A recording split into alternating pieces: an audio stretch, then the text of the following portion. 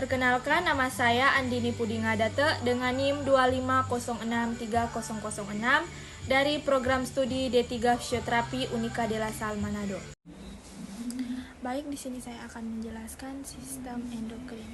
Sistem endokrin adalah sistem kontrol kelenjar tanpa saluran yang menghasilkan hormon dan menyebarkannya melalui aliran darah ke organ-organ sasaran di seluruh tubuh.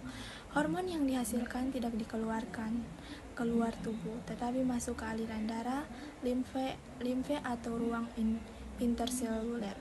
Sistem ini bekerja sama sistem saraf untuk mengatur fungsi tubuh, namun lebih berfokus pada regulasi yang memerlukan durasi panjang seperti pertumbuhan, metabolisme, dan reproduksi.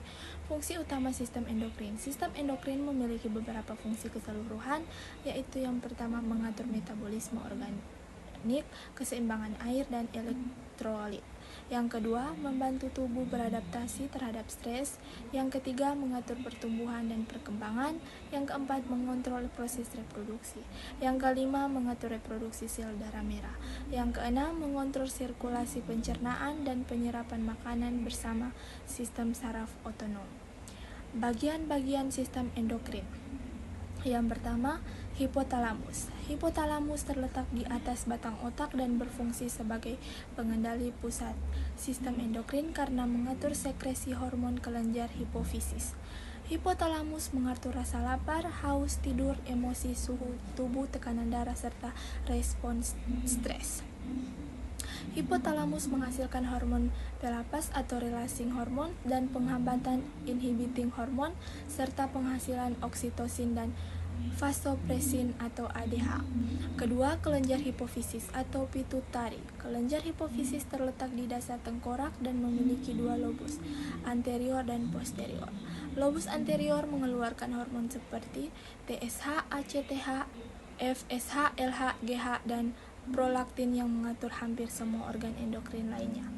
Lobus posterior menyimpan dan mengeluarkan ADH dan oksitosin. Ketiga, kelenjar tiroid. Kelenjar tiroid berada di kiri dan kanan trakea. Struktur utamanya berupa vesikel yang menghasilkan koloid tiroid. Fungsinya adalah mengatur metabolisme, penggunaan oksigen, dan proses oksidasi tubuh melalui hormon T3 dan T4. Yang keempat, kelenjar paratiroid. Terletak di sisi tiroid, kelenjar ini menghasilkan parat hormon yang berfungsi mengatur kadar kalsium dalam darah dan tulang. Yang kelima, kelenjar timus. Timus berada di tengah dada dekat jantung. Fungsinya adalah membentuk dan membentangkan limfosite yang penting bagi sistem kekebalan tubuh. Timus tumbuh aktif pada masa kanak-kanak dan mengecil setelah pubertas. Yang keenam, kelenjar adrenal atau suprarenal. Kelenjar adrenal terletak di atas setiap ginjal dan terbagi menjadi korteks dan medula. Korteks menghasilkan hormon kortisol, aldosteron, dan androgen yang mengatur metabolisme dan keseimbangan garam air. Medula menghasilkan adrenalin dan noradrenalin yang berperan dalam respon darurat dan stres. Yang ketujuh, pankreas atau pulau Langerhans. Pankreas berada di belakang lambung dan berfungsi sebagai kelenjar eksokrin dan endokrin.